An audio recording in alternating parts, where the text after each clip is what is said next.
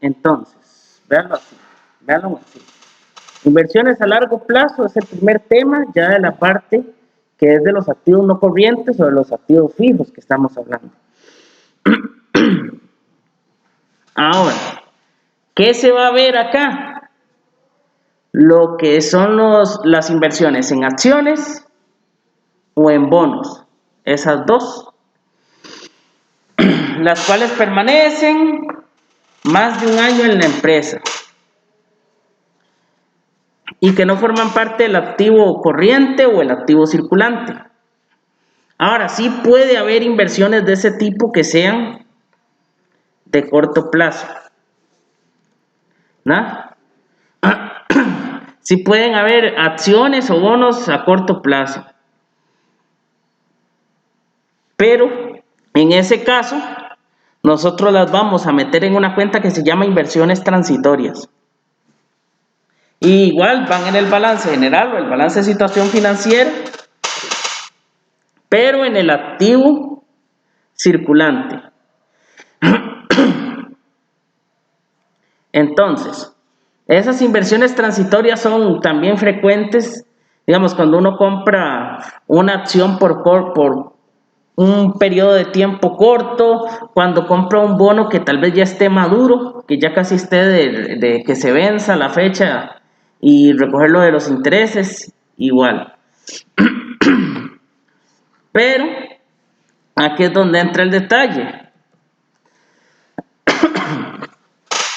Si la empresa tiene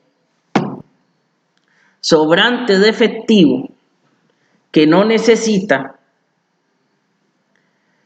para lo que son sus operaciones normales a corto plazo, entonces puede invertir a más de un año plazo.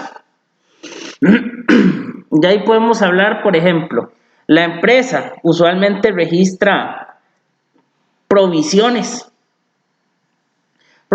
para incobrables, provisiones para pago de cesantía, reservas de ley, en el caso de las sociedades, incluso las cooperativas tienen reservas de ley también. Todo lo que es el gasto por depreciación, que no representa una erogación de efectivo, eso hace que nos vaya sobrando dinero o efectivo a final de periodo. Ahora, esos dineros, buenas, lo que podemos hacer es invertirlos a largo plazo. ¿Por qué? ¿Por qué invertirlos a largo plazo? Porque eso nos va a generar mejores utilidades, mejores intereses o podemos obtener incluso dividendos. Puede que las acciones aumenten de valor de manera considerable y entonces una posible venta después de esas acciones nos vaya a generar unas ganancias interesantes. Además de que de esa manera compensamos un poco la devaluación que va sufriendo la moneda. Ahora, es importante recalcar, dice si la empresa tiene sobrante de efectivo. No es común que una empresa saque un préstamo y se meta en este tema porque la inversión es muy a largo plazo y lo que nosotros queremos es adquirir ingresos adicionales, no generar deudas al negocio para meternos en una actividad económica que todavía no nos va a generar un ingreso. De igual manera, esas inversiones de acciones o en bonos que ya son a largo plazo, entonces voy a meterlos en una cuenta que se llama inversiones permanentes o a largo plazo. Entonces puede decir inversiones permanentes o inversiones a largo plazo. Y ahí ustedes le agregan si es en acciones o en bonos.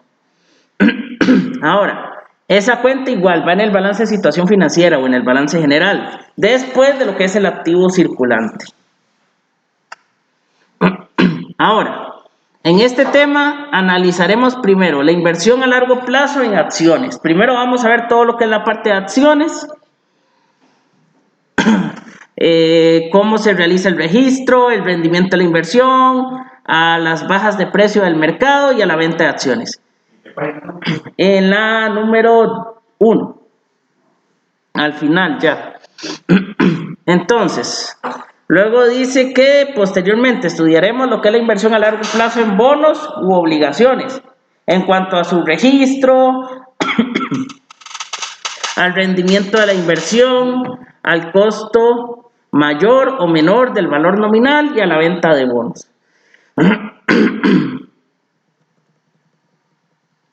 Ahora, y ahí tienen lo que son lo de los objetivos, que eso es lo que queremos llegar a cumplir una vez que terminemos este tema.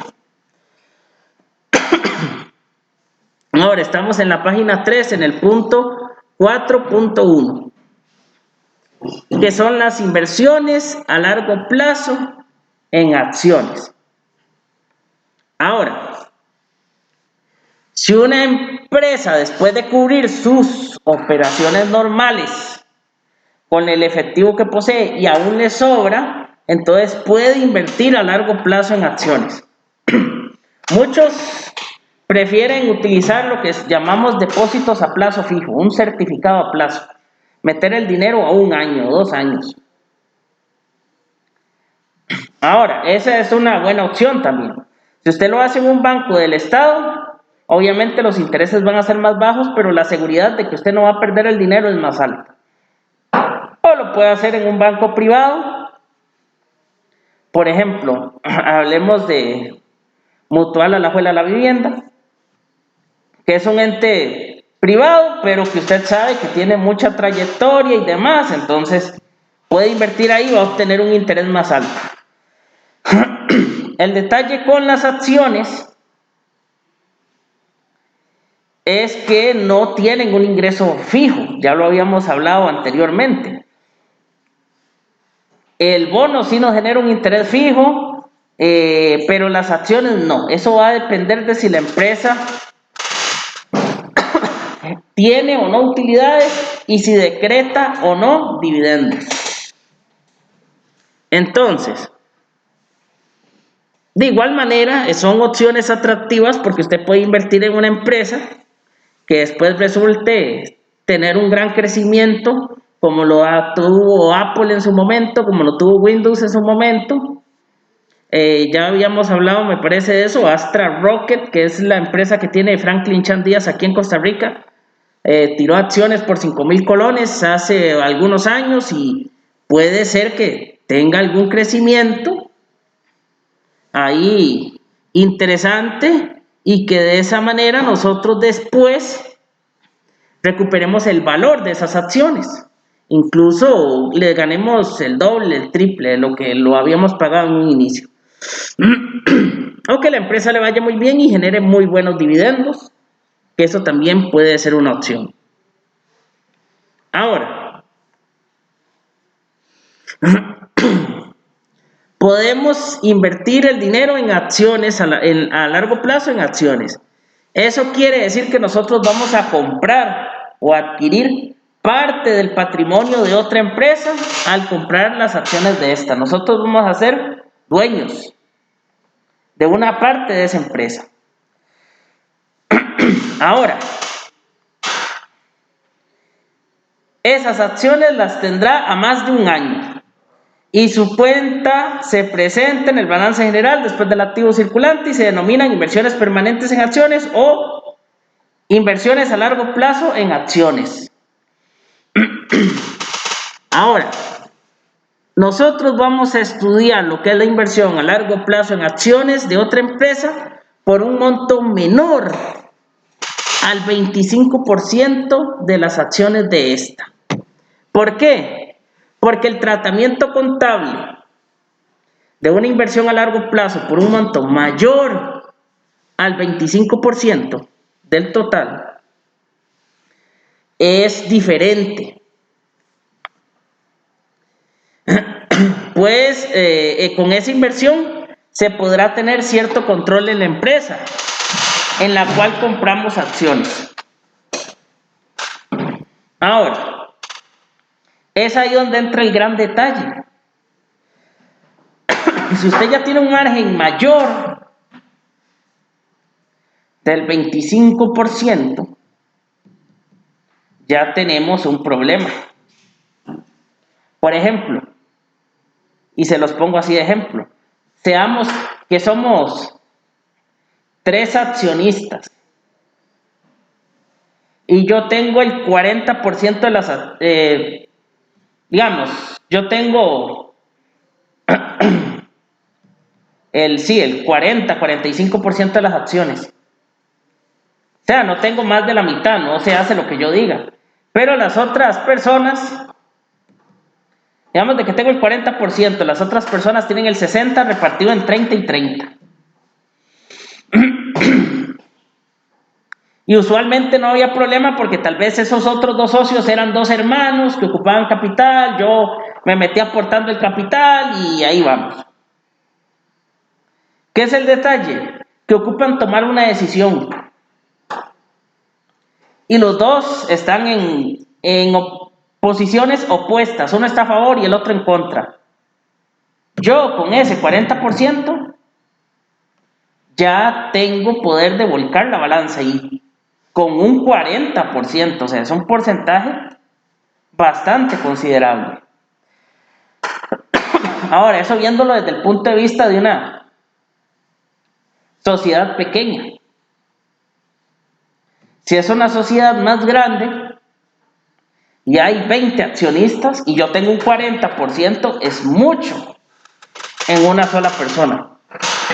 Porque estamos hablando de que las otras 20 personas tienen que repartirse el 60% de esas acciones.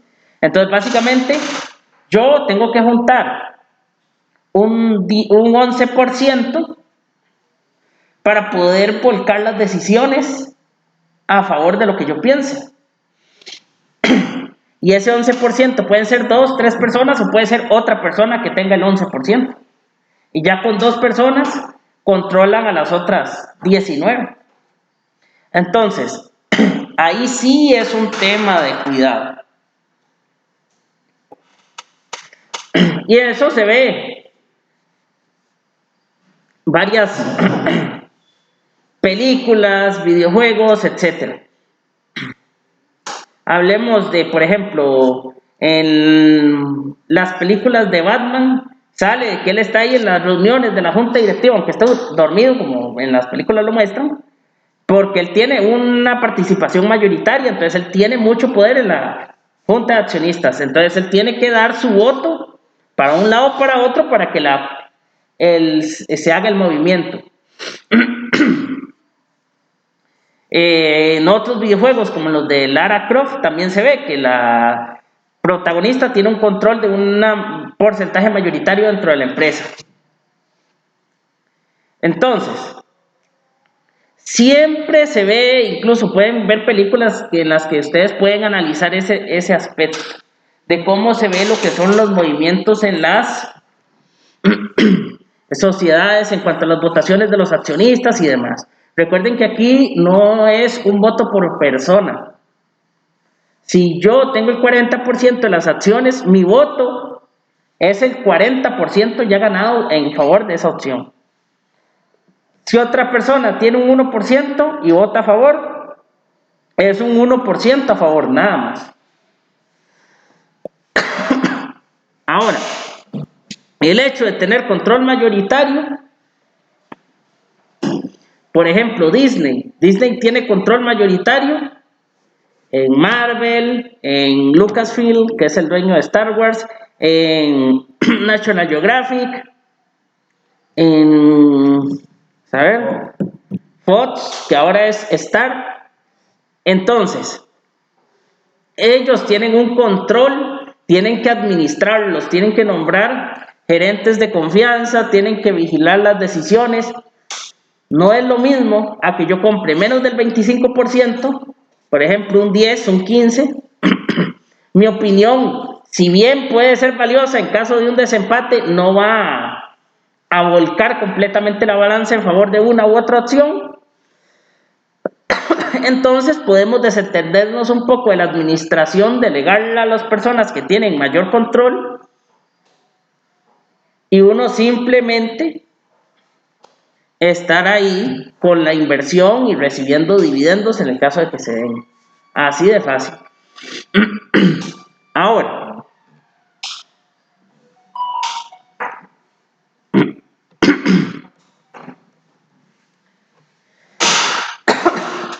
en el punto 4.1.1 vamos a ver lo que es el registro de la inversión a largo plazo en acciones. ¿Cómo realizamos el registro de esa compra de acciones? Ahora, la inversión en acciones a largo plazo se registra, y ojo, al costo e incluye cualquier erogación adicional en el momento de la compra de estas. Entonces, tenemos un ejemplo. Dice que la empresa Inversiones Casablanca adquiere el 20 de septiembre de 1995 el 15% de las acciones de la compañía El Tucán S.A., pagando 500,000 colones por esas acciones, más el 2% de comisión. Entonces, aquí es donde viene el detalle. El asiento no va a ser por 500,000. Yo tengo que agarrar esos 500,000, multiplicarlo por el 2%, que es la comisión, me va a dar 10,000. Y el asiento lo tengo que hacer por la suma del monto de las acciones más el de la comisión. Entonces, el asiento va a ser por 510,000.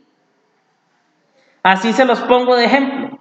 Si usted compró una cama que le costó 100,000 colones y el taxi le va a cobrar 3,500 en llevarla hasta su casa, esa cama tuvo un costo de 103,500 colones. ¿Por qué? Porque el costo de cualquier cosa que usted compre,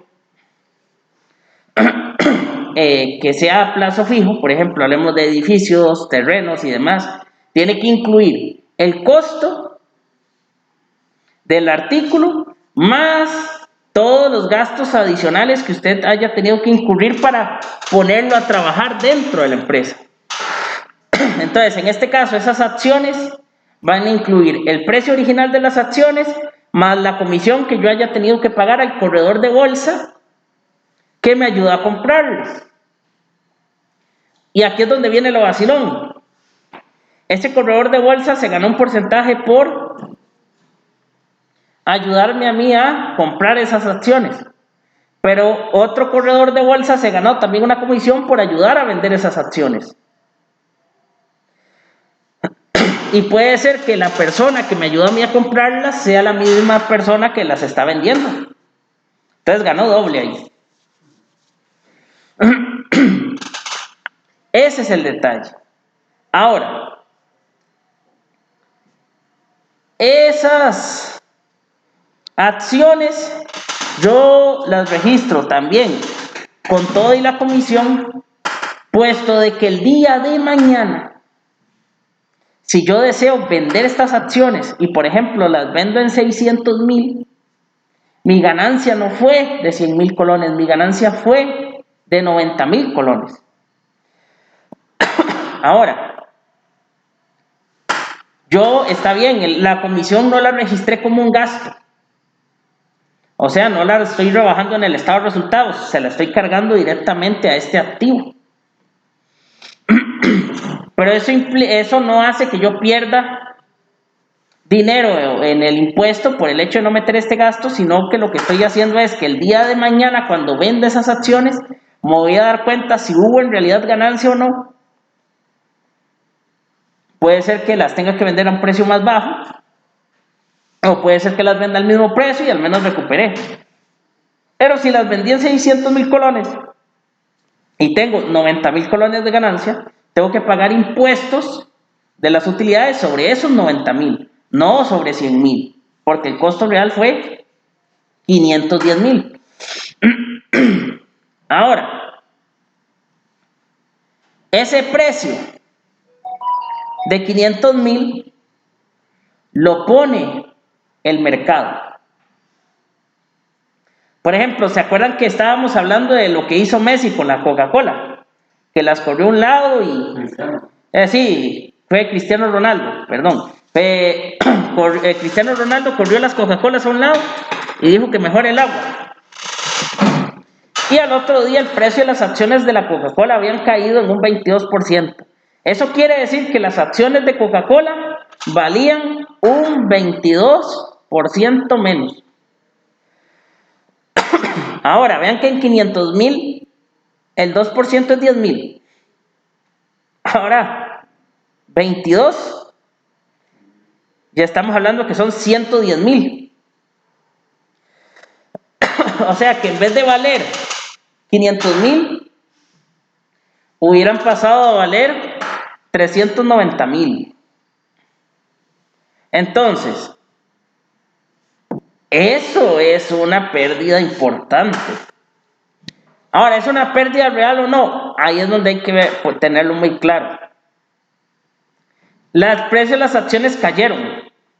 Mi empresa, mi estado financiero, mi balance general, va a decir que tuve una disminución en los activos, porque esas inversiones ahora valen menos.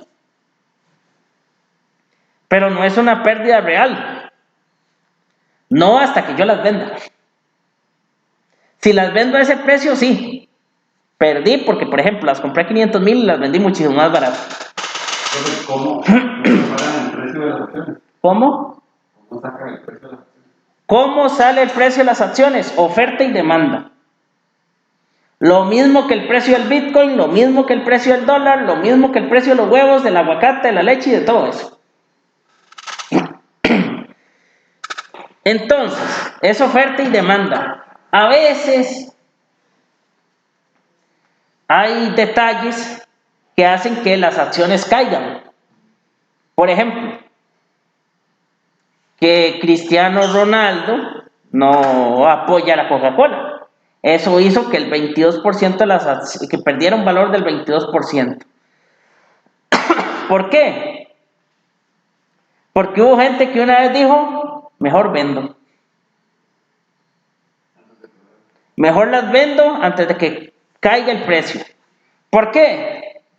Bueno, no sé cómo estará ahorita el precio de las acciones de la Coca-Cola. Puede que se haya estabilizado, pero ya perdieron un 22% de valor. Puede que haya aumentado, pero no vaya a estar al mismo precio. Entonces, aquí es igual. Si usted va a la Bolsa Nacional de Valores, por ejemplo, tiene una acción que vale 500,000, ocupa la plata para ayer, y usted donde el corredor de bolsa intenta vender la acción y está un poco complicado, y usted dice, hey, véndala más barata. Eso hace que el precio de que como se vendió una más barata, las demás tengan que bajarse a ese precio. O puede ser que Apple diga que va a tirar acciones e inmediatamente el precio de mercado suba porque todo el mundo quiere.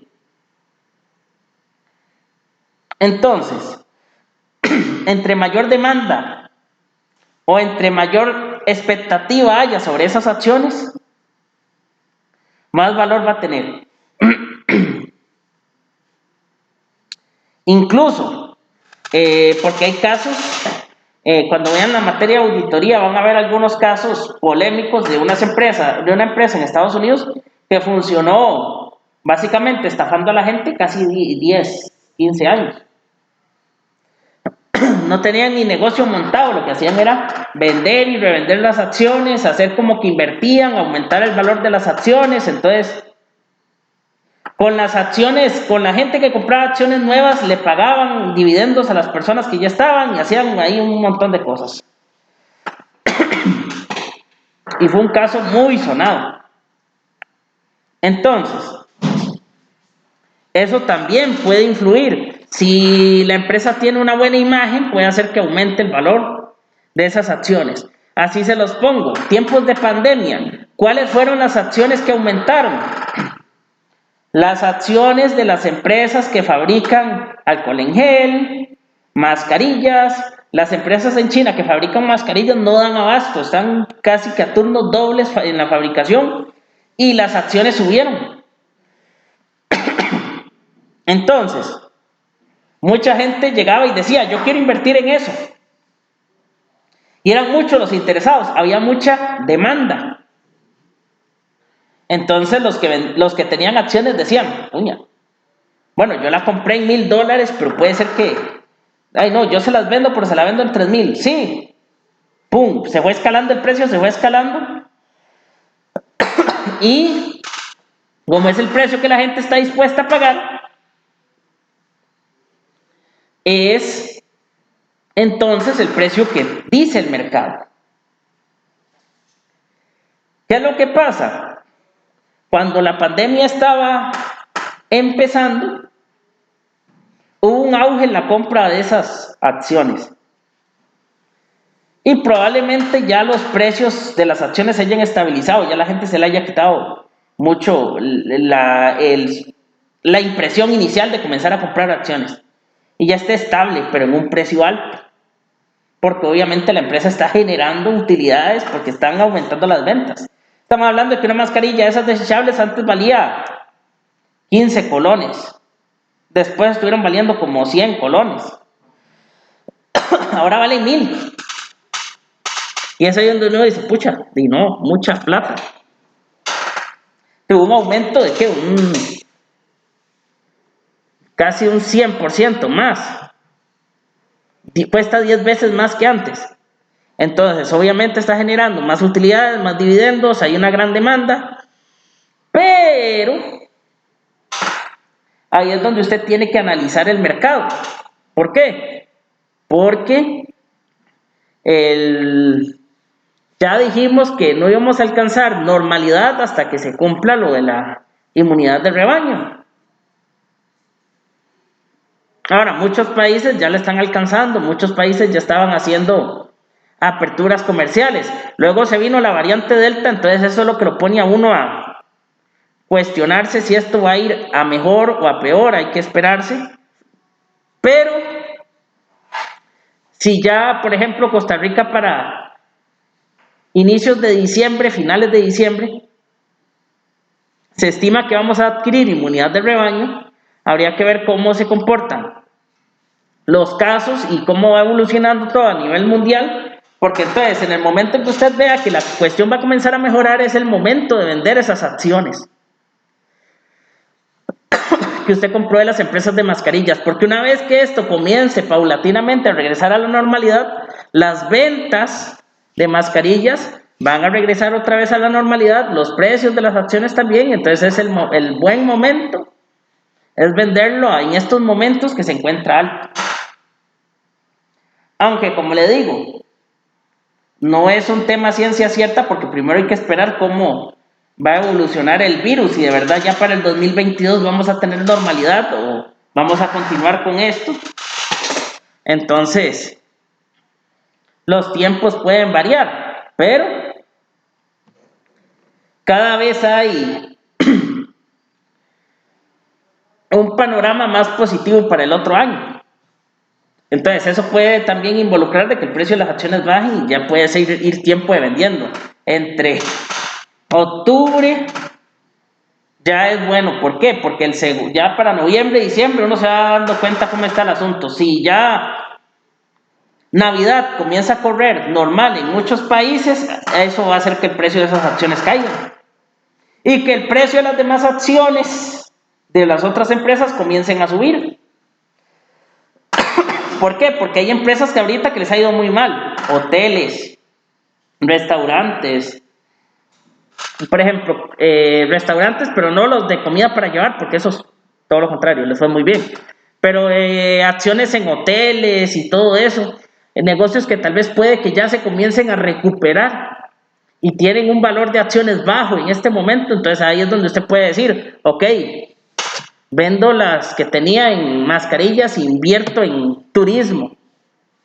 A eso se dedican los que están comprando en acciones y todo eso. Ya aquí nosotros tenemos que tener personal capacitado en eso, tener muy buen corredor de bolsa que le vaya asesorando a uno y le vaya diciendo, este es el momento de salirse, este es el momento de quedarse, todo eso. Entonces, así es como se hace el registro de lo que es la compra de acciones.